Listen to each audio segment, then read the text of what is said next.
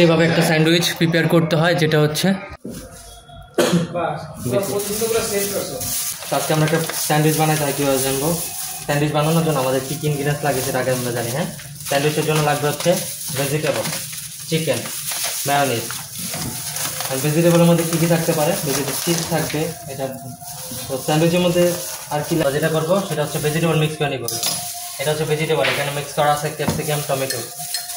ছাত্র বিশেষে অনেকে অনিয়ন দেয়, বাট আমরা অনিয়ন অ্যাভয়েড করি। কত কি স্মেলটা অনিয়নটা বেশি আসে অনেক সময়, অনেকে অনিয়নটা লাইক করে না, প্রিফার করে না।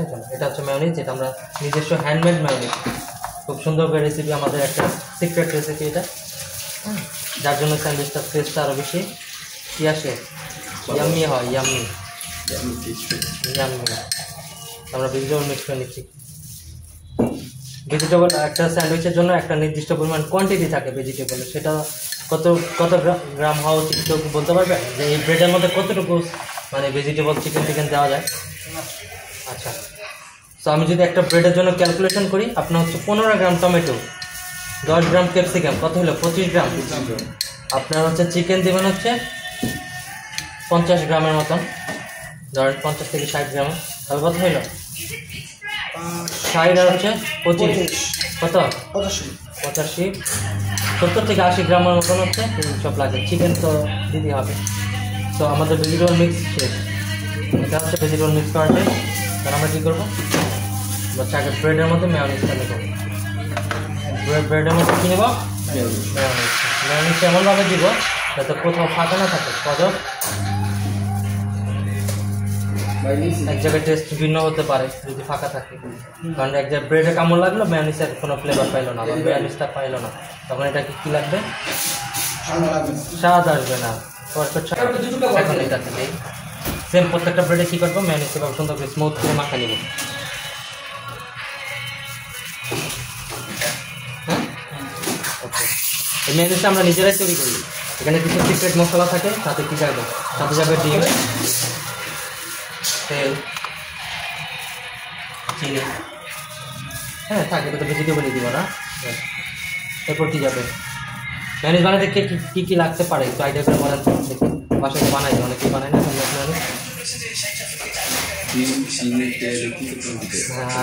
আর ভিনেগার দেবো একটু, হ্যাঁ, পাউডার দুধ দেবো একটু। শেষ প্রথম ব্রেডে। এখন আমরা ভেজিটেবল দেওয়ার টান, রাইট? ভেজিটেবল মিক্স করা আছে, ওটা দিব।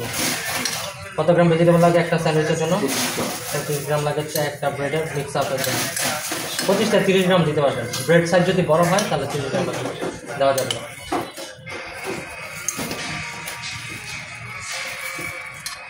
আর সবসময় কী করবেন? হাতে গ্লাভস করে নেবেন খাবার আইটেম তৈরি করার আগে। রেস্টুরেন্ট কর্তৃপক্ষ না দেখলে কিন্তু আপনাকে কী করবে? ব্যান করবে। বরিশাল উইন হইতে পারবে না তখন। ওকে, এই মেয়োনিজটা যেরকম প্রত্যেকটা ব্রেডের কোনায় কোনায় পৌঁছাইছে, আর ভেজিটেবলটা প্রত্যেকটা কোনায় কোনায় পৌঁছাইতে হবে, রাইট? পৌঁছায় না পৌঁছাইলে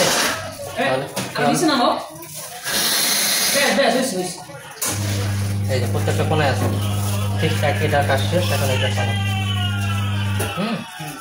এটা কী করবো? সেমে একটু এবং চপিং বক্সটা যেহেতু পরিষ্কার আছে আমাদের, আমরা এই ভেজিটেবলও খাই দিতে পারবো। সবসময় পরিষ্কার জিনিসটা রাখতে হবে ব্রেডের নিচে,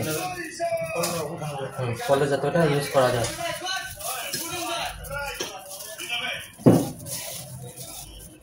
ওকে, ব্রেডের প্রত্যেকটা খানা খানা দেওয়া আছে। এখন এটা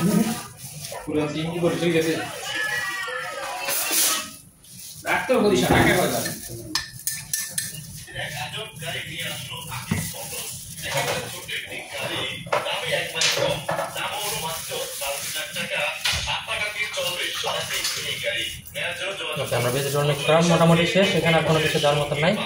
ভেজিটেবল মিক্স করতে হবে খুব ভালো করে, যত্ন সহকারে। বারবার মিস্টেক করতেছে। এখন এটা কি হচ্ছে? আমরা একদম বেস্ট কোয়ালিটির চিকেন ইউজ করতেছি, বেঙ্গল মিটের বেস্ট কোয়ালিটির চিকেন। আমাদের এই চিকেনের ফ্লেভারটা হচ্ছে স্মোক চিকেন। দেখেন, বেঙ্গলের বেস্ট এবার চিকেন। এটা ইউজ করতেছি, এটা একটা স্মোকি ফ্লেভার।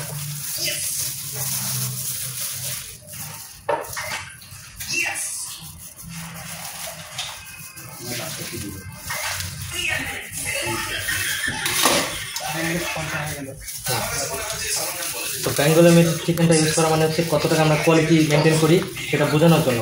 হ্যাঁ, এই যে স্লাইস চিকেনটা, এটাকে আমরা কী করবো, আমরা ছেলেটাকে পুরোটা দিয়ে দিতে পারতাম না, তিনটা দিলে 3টা ব্রেড হয়ে যেত, কিন্তু আমরা কেন এটাকে কেটে কেটে দিচ্ছি এটার একটা রিজন আছে।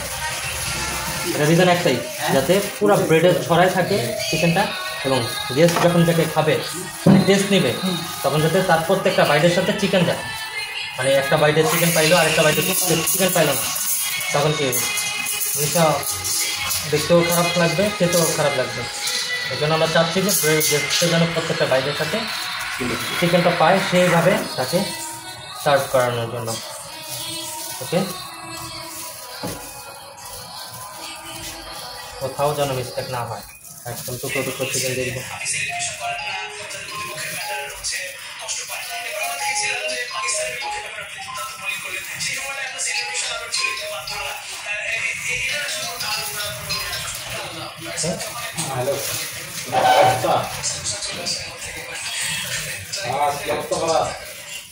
এখন 3টা স্লাইস চিজ লাগবে, স্লাইস চিজ নিয়ে আসেন তো, চিজ এটা কি স্লাইস চিজ 3টা চিজ।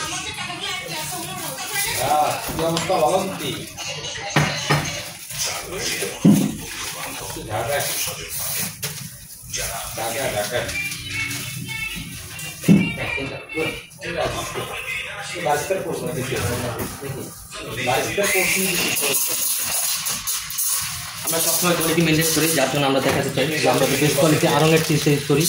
এটা হচ্ছে বাংলাদেশের টপ ক্লাস চিজ, স্লাইস চিজের মধ্যে the one of the best cheese in Bangladesh.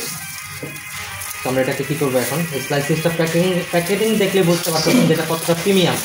তো আমরা সব কিছু প্রিমিয়াম করি, কথার জন্য এটা নষ্ট হয়ে গেছে স্লাইস চিজটা শিখতে গিয়ে, বাট এটাকে খুব সুন্দর করে প্যাক করে, যাতে কোনো রকম ধুলা বালু ময়লা আবর্জনা কোনো কিছু এটার মধ্যে ইনক্লুডেড না হয়। একটার জন্য আমরা 2টা ইউজ করতে চাইলে 2টা, একটা চাইলে একটা, আমাদের রেসিপিতে আমরা একটাই রাখবো। 2টা দিলে বেশি চিজি হয়ে যাবে, ফ্লেভারটা চিকেনের আবার কম পাবে। তো আমরা সব কিছু কম্বিনেশন করে মেজারমেন্ট করে এইটা কী করেছি, রেসিপিটা তৈরি করেছি, যাতে কোথাও কোনোভাবে কি না হয়।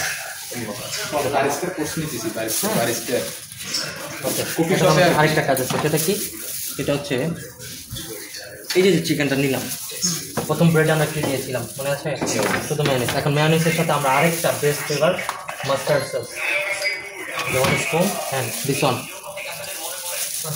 এটা হচ্ছে বাইরের হচ্ছে মাস্টার্ড সস, খুবই টেস্ট। এটাকে আমরা জাস্ট পরিমাণ মতন এটা মিক্স করবো।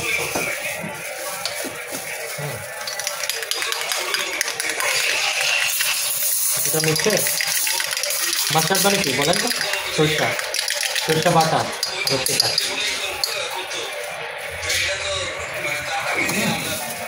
সরিষা বাটা হচ্ছে এটা, দুটো মিক্স করে নিলাম, ডিম সরিষা একসাথে দেওয়া এটাকে, এটা অবশ্যই নাকি হয়েছে, হ্যাঁ মিক্সচার করছি। ও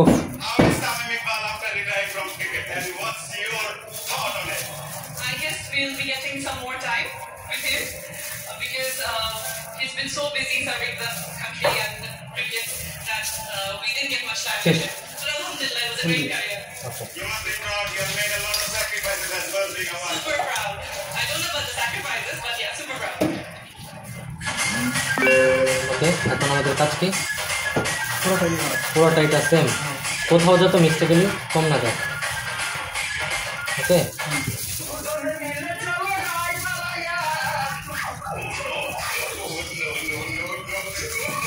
সেম হয়েছে।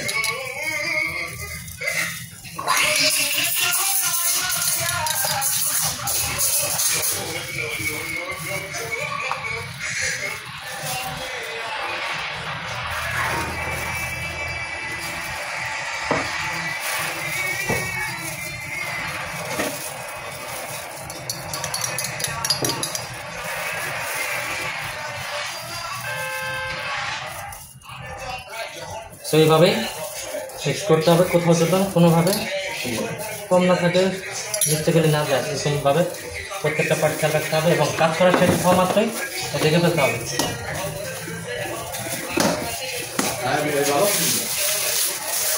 তো মোটামুটি